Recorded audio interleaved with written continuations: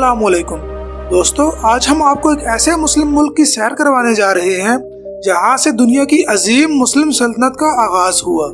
ایسا کنٹری جہاں کے بہادروں کی داستانیں آج بھی روح کو گرما دیتی ہیں۔ جی ہاں، آج ہم سیر کرنے جا رہے ہیں ترکی کی۔ اس کنٹری میں آج کیوں ہر کوئی جانے کی خواہش رکھتا ہے؟ کیا یہ واقعی اتنا خوبصورت ملک ہے؟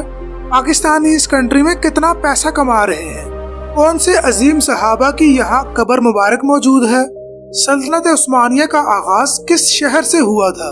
اس کے علاوہ آج کی ویڈیو میں تفصیلی حقائق سے آپ کو آگاہ کریں گے جو آپ کے لیے بالکل نئے ہوں گے۔ چلیں اب نکلتے ہیں ترکی کے ایک شاندار سفر پر۔ اس کنٹری کا آفیشیل نام ریپبلک آف ترکی ہے۔ یہ ایک ایسا کنٹری ہے جو ایشیا اور یورپ دونوں براعظموں میں آتا ہے۔ اس کنٹری کی کل آبادی 8 کروڑ 50 لاکھ کے قریب ہے اور یہاں 75% لوگ شہروں میں رہتے ہیں اور صرف 25% لوگ گاؤں میں آباد ہیں۔ اس کے بارڈر کی بات کی جائے تو یونان، بلغاریہ، جارجیا، آرمینیا، عراق اور سیریا کے ساتھ لگتا ہے اور ایک طرف بلیک سی کی ساحلی پٹی واقع ہے۔ دوستو، بہت سے لوگ سمجھتے ہیں استنبول ترکی کا کیپٹل ہے، بلکہ ایسا نہیں ہے۔ انقرہ کنٹری کا کیپٹل ہے۔ استنبول کا گرینڈ بازار دنیا کے سب سے پرانے بازاروں میں سے ایک ہے، جہاں آپ کو 4000 سے زیادہ دکانیں دیکھنے کو ملیں گی اور 25,000 سے بھی زیادہ لوگ کام کرتے ہیں۔ ترکی میں 99% آبادی مسلم ہے، 0.2% مسیحی، 0.1% یہودی اور باقی دوسرے مذاہب کے لوگ آباد ہیں۔ دوستو، یہ کنٹری تو مسلم ہے، لیکن آپ جب استنبول جائیں گے تو آپ کو لگے گا جیسے آپ یورپ میں آ گئے ہوں۔ فاسفورس ترکی کو 2 براعظموں یعنی ایشیا اور یورپ میں تقسیم کرتا ہے۔ یہاں پر کشتی کی سیر کرنا سیاحوں کے لیے ایک بہترین تجربہ ہے۔ فاسفورس کے کنارے پرانے محلات اور جدید عمارتیں اس کی سیر کو اور بھی دلکش بنا دیتی ہیں۔ سلطنت عثمانیہ کے آخری دور کا محل آج بھی موجود ہے۔ اس کا نام ڈورما باغچہ محل ہے۔ اس محل کی شان و شوکت میں یورپی طرز تعمیر اور اسلامی فن تعمیر کا حسین منظر آپ کو دیکھنے کو ملے گا۔ ترکی کی حسین گلیوں میں آپ کو مزیدار کھانوں کے ریسٹورنٹ ہر جگہ نظر آئیں گے۔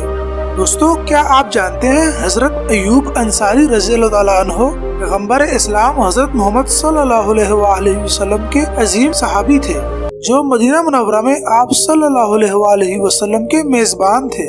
حضرت ابو ایوب انصاری رضی اللہ تعالیٰ عنہ نے اسلام کی تبلیغ کے لیے استنبول کا سفر کیا اور وہیں پر وفات پائی۔